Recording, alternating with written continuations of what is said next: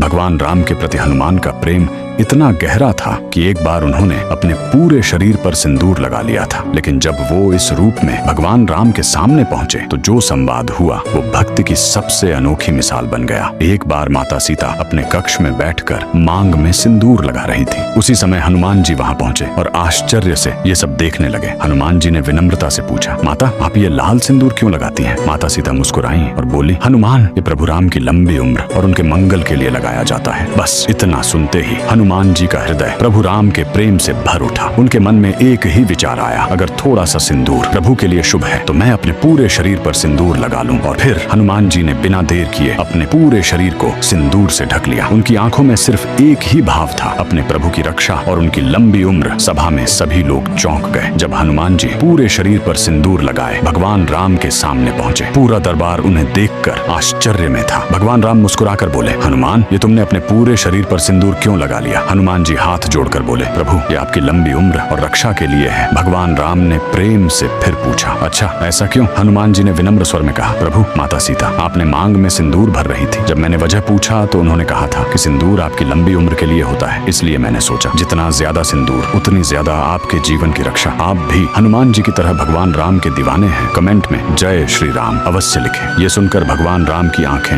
नम हो गईं। उन्होंने हनुमान जी को गले लगाया और बोले, हनुमान, तुम्हारी भक्ति, तुम्हारा प्रेम इस संसार में अद्वितीय है। भगवान राम ने कहा, जो भी भक्त तुम्हें सच्चे मन से सिंदूर चढ़ाएगा उसे मेरा विशेष आशीर्वाद मिलेगा। तभी से हनुमान जी को सिंदूर चढ़ाने की परंपरा शुरू हुई। सच्ची भक्ति शब्दों से नहीं, भावना और निस्वार्थ प्रेम से पहचानी जाती है और हनुमान जी उसी प्रेम की सबसे बड़ी मिसाल हैं।